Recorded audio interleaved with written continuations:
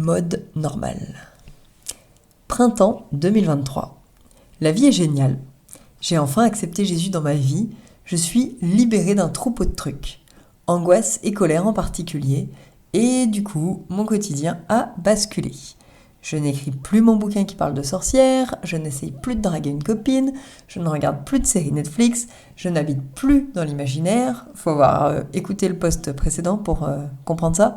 Je ne joue plus à des jeux vidéo et je n'en crée plus non plus. Tous mes projets, toutes mes envies, tout s'est fait balayer. Heureusement, j'aime toujours pas le brocoli vapeur. Il y a des constantes quand même. C'est merveilleux ce qui m'arrive. Je flotte dans un nuage de joie et de paix.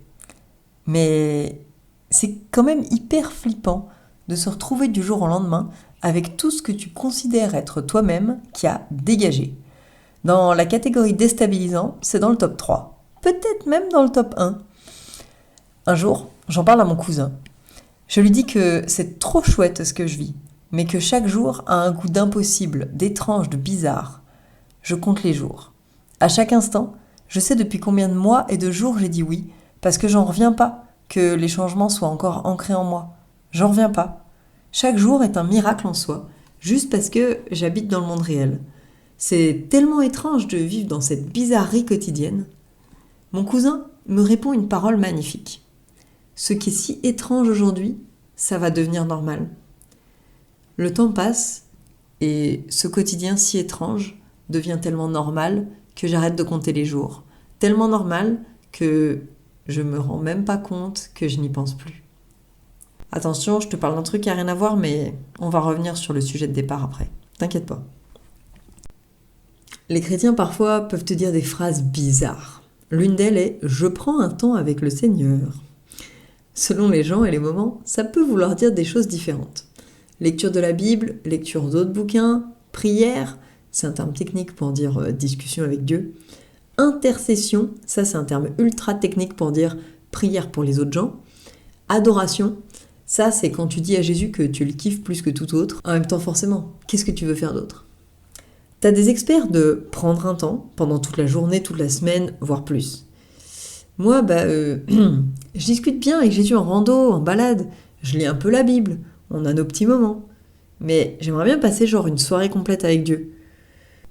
Mais en même temps, après avoir lu 15 minutes, prier disons 30 minutes, après tu fais quoi ? J'ai pas de problème pour parler à Dieu dans la montagne, dans la forêt, mais dans mon appart c'est différent. Pourtant, ce serait sympa de pouvoir partager des longs moments avec Jésus sans devoir faire une rando. Parce que la petite balade d'une demi-heure sous la pluie, ça va. La rando de 8 heures quand ça tombe des cascades sur ta face, c'est moins drôle. Et puis je finis par décider de tenter le truc. Pas trop sûr de savoir comment occuper le temps, je jette un œil à l'heure régulièrement. Et puis, je me dis que quand même ça craint. Une culpabilité vicieuse s'incruste dans ce temps privilégié. J'en parle à Jésus. Je veux pas faire ça par religiosité, pour l'exploit, mais je vais être capable de passer du temps avec le Dieu de l'univers. Je veux juste grandir dans ce domaine. Et je crois vraiment que mon Créateur m'y encourage. Alors comment je fais ? Et là, la parole du cousin revient. Ce qui est si étrange aujourd'hui, ça va devenir normal. Et bim ! Je réalise alors à cet instant qu'effectivement, ce dont il parlait à l'époque est devenu normal.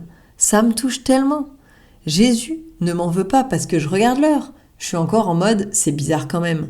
Il m'encourage juste à persévérer. Quelle réponse merveilleuse ! Mon petit cœur flotte dans la paix.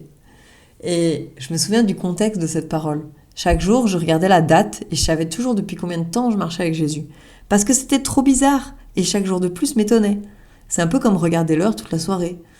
Je passe un temps extraordinaire ce soir-là.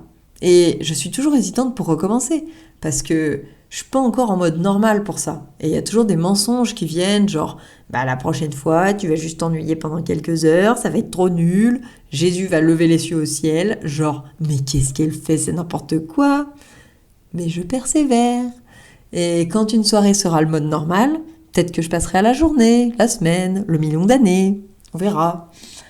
Et comme j'avance avec Jésus, il y aura toujours des trucs déstabilisants où je suis pas encore en mode normal.